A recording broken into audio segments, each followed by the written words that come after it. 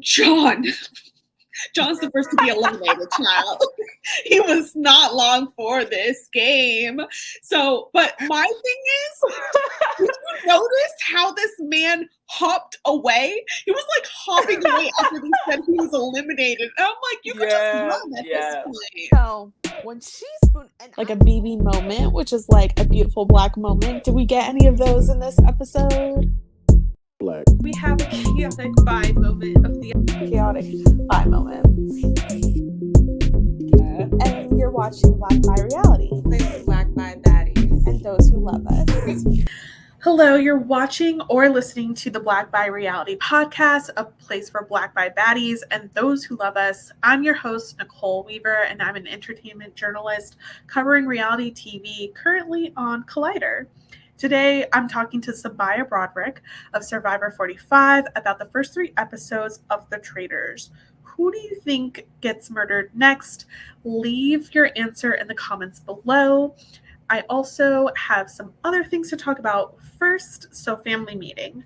This is your reminder that I will be back to cover Love is Blind Season 6 with Quita Tinsley, and hopefully we'll get some cast interviews. Next, we're going to do Couples to Throuple, also in February, where non-monogamous couples are seeking their third. Should be very juicy. So please, follow on your podcast apps, subscribe on YouTube so you don't miss a thing. Follow us across all socials, Black by Reality.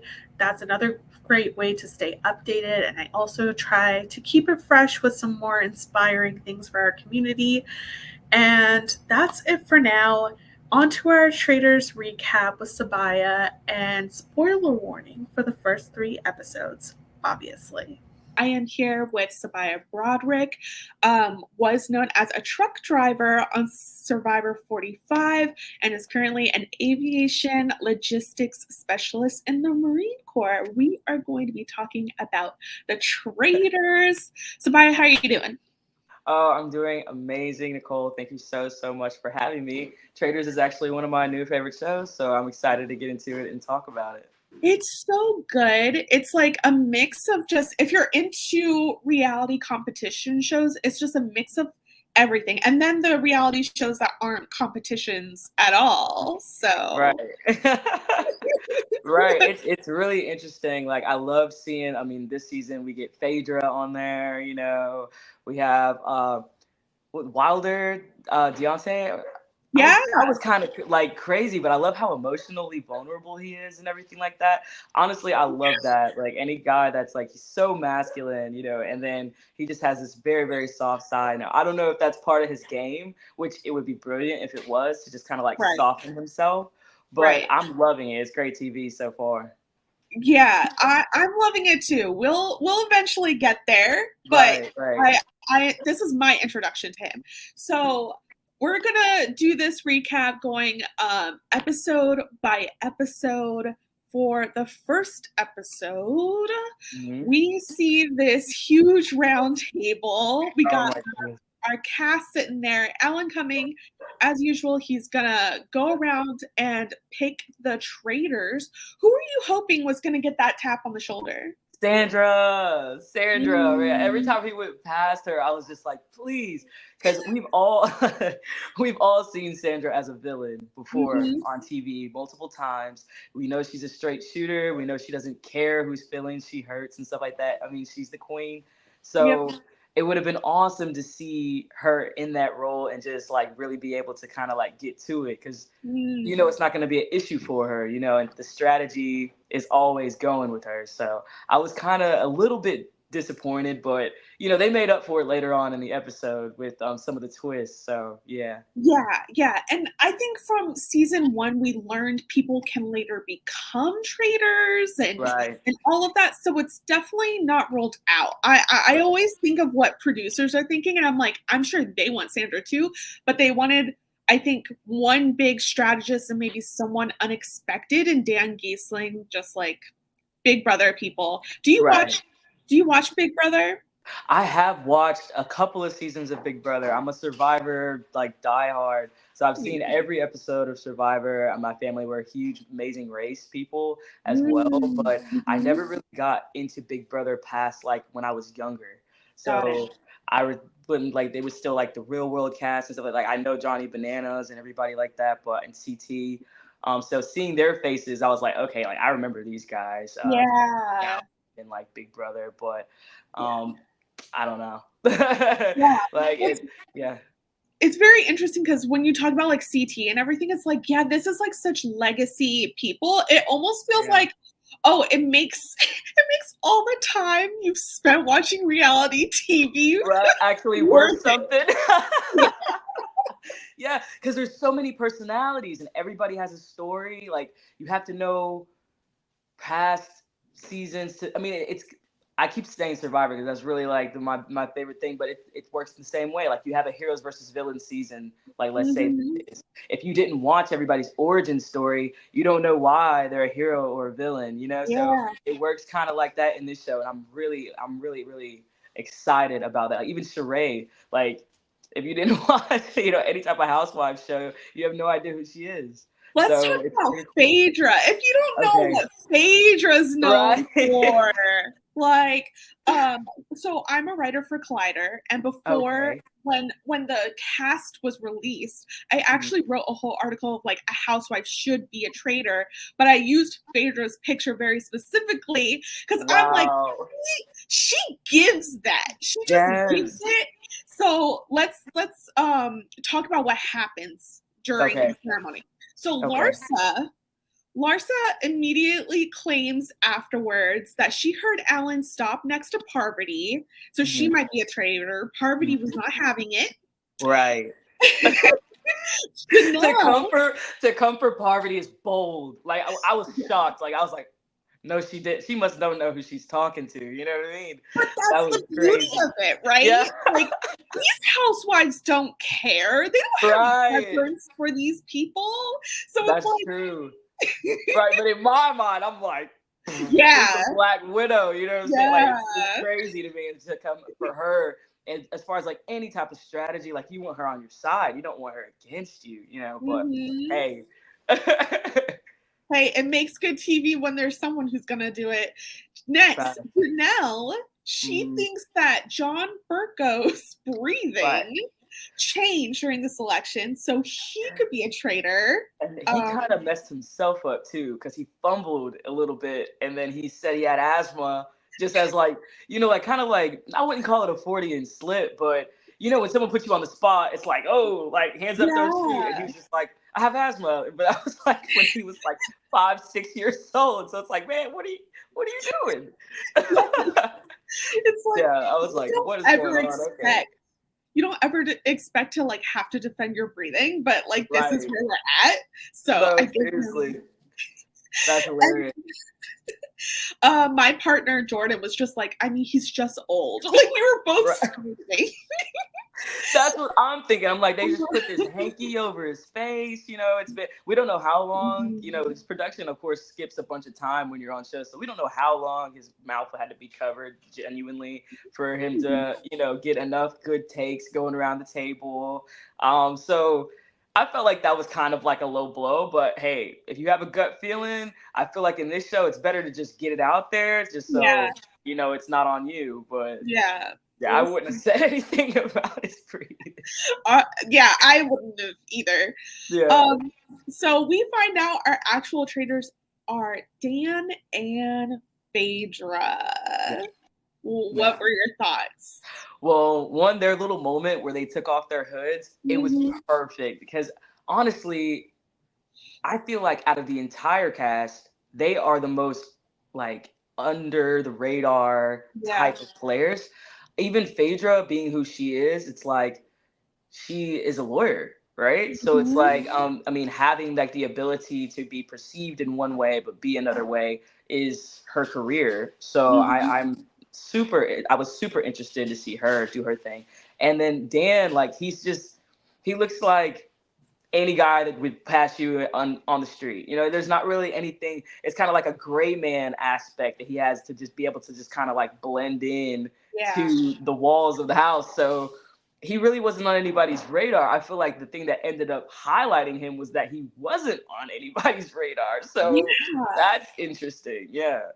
I was happy though. he has to be a little bit more social. He was gagged though. Like I think he was gagged when it was Phaedra. He was like, I had no clue. And her just being like, yes, honey. Right? Oh my God. She's like, welcome to the secret circle. I love all of her little like what is like her little phrases that she's like making up as she goes. She's really getting into it. And honestly, like you can't have a really great cast without people that are just gonna like go for it. You know, I feel like Phaedra, she's doing a really good job. Yeah. Housewives are known for their tagline, so it's not very surprising that she's bringing it in that way. All right, so our first mission, the cast has to add $40,000 to the prize pot, or can. They had to get another change is that there's shields in missions that they can find to save themselves. I like the change because shields in season 1 came so late, and then it was random, not earned, and it just seemed like, but in the first season, it seemed like it was a little bit too much on productions, like privy to, you know, kind of like, you know, navigate the storyline of the season. But with this, it's kind of like a hidden immunity idol, you know, like it's not really hidden, but you know, you have the opportunity to get that, you know, cloak of safety for one night. So I loved that like aspect of it. And it also shows like kind of like the human aspect of this game, because it's like Clue meets Mafia meets, you know, you don't know where you are. They're in the middle of Ireland or Scotland or wherever they are. It's like, man, like this is insane. You can only imagine how much anxiety there is behind going into these challenges and then being told, oh, you can save yourself. Like it's huge. It's huge. I felt the same way when I was looking for my idol. It's like, hey man, if there's a chance, you know, like I don't know what these guys consider a threat. It's best to just have the safety on me. Yeah. And it's good when like there's also risk to it. Like you have to do that in front of everyone. I know that we watch Katora look for those idols. She got caught every single time. It's hard. It's so hard because I mean, if you're stranded on an island and it's just 6 of y'all, I mean, you're counting people all day just subconsciously, just more for like a safety thing, you know, but also for like, you know, I haven't spoke to this. You'll notice like, I haven't spoke to, you know, Caleb in a couple hours. Like, what's going on with that guy? Because you miss them in your mind. You're like, okay, we're our own little family, our own little unit. But it also is kind of like you're keeping tabs without even trying to. So the islands aren't that big. And, you know, there's not really much you can be doing that takes that much time. So crazy.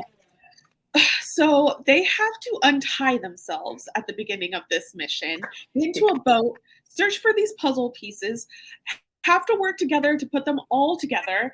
Bananas, he doesn't wait for John, the politician who's gray, to sit down in the boat. He pushes it and makes this man fall. And I was like, Bananas. But why is John in Bananas' boat to begin with? You know what I mean? Like, can we get into that? Because I mean, there's just kind of like, okay, when you're going into challenges, you got to know what your strengths are and what your weaknesses are. John should have stayed himself on the beach. Went to go look for the little bottle and everything like that. So him being in that situation, I feel like that was kind of on him. You know, like I know I'm not a puzzle person, so like you see me on puzzles, I suck. I don't want to be in that part of the game. You know, I want to be lifting heavy stuff, running and stuff like that, where I'm strong. So, you know, like Johnny Bananas is the challenge guy. You know, like he's known for just obliterating people on national TV. So you had to know that there was going to be a little torque on that boat. Like you had to know it. I don't think John knew. I don't think John did any of He's the only one. But I feel you. Exactly. But we didn't have good TV, so thank goodness for John. That man is fantastic TV. The action, the freaking, just everything about him, the quirkiness, like it's perfect. Honestly, like great casting, top tier. Now, Janelle unties herself. Everyone else was like, oh, we got a strategy. We're going to be tying each other. Janelle said, forget everyone else in the club. I'm going for the shield first, and then I'll come back.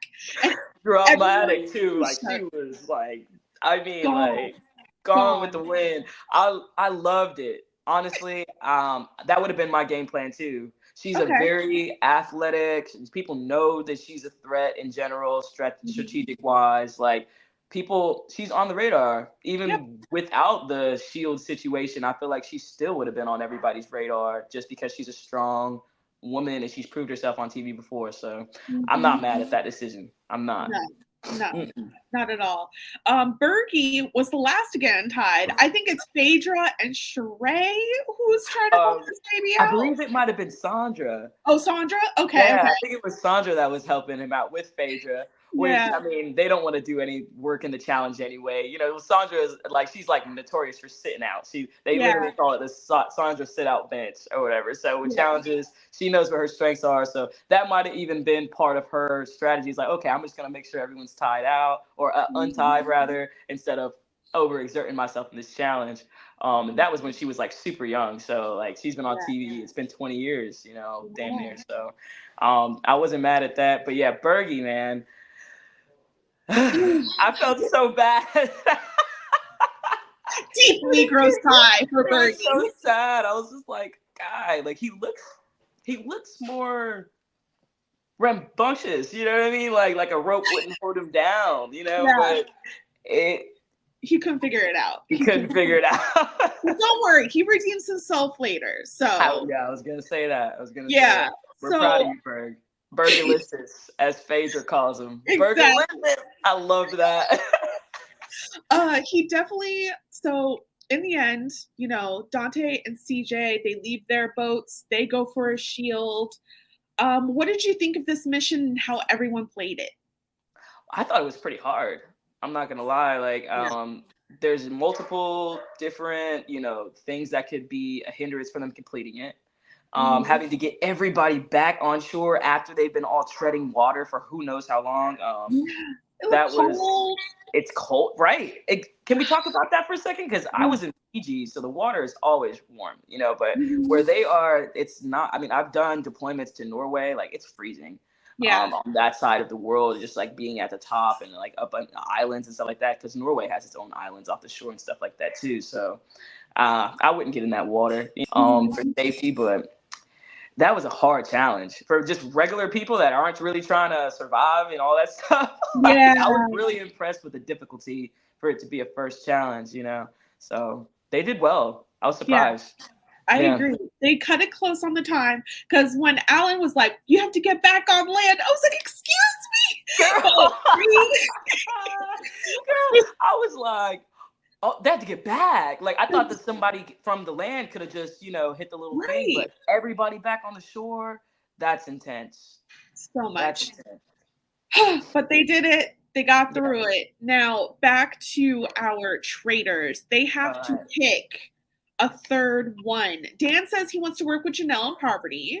So there's that. And so who did you want to get picked at this point? I was kind of hoping they would pick like CT or Johnny, honestly.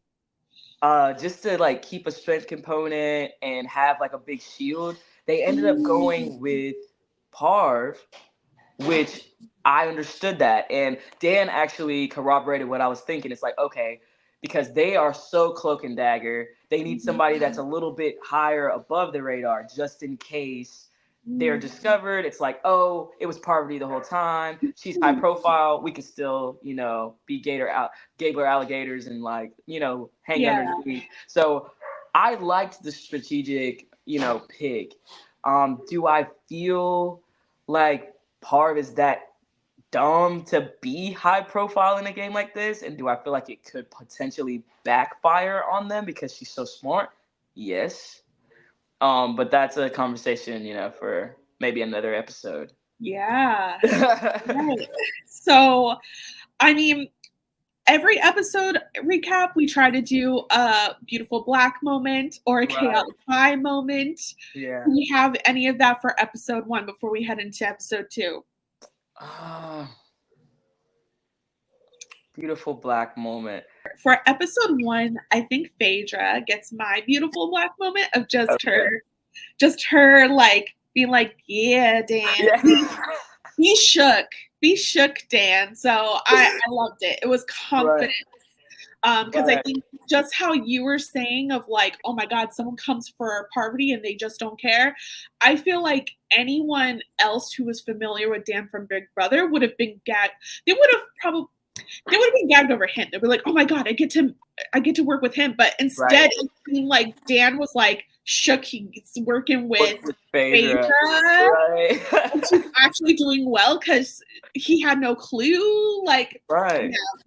No, I mean, it's no surprise to us, but I'm glad that he got to have that moment for sure. Totally.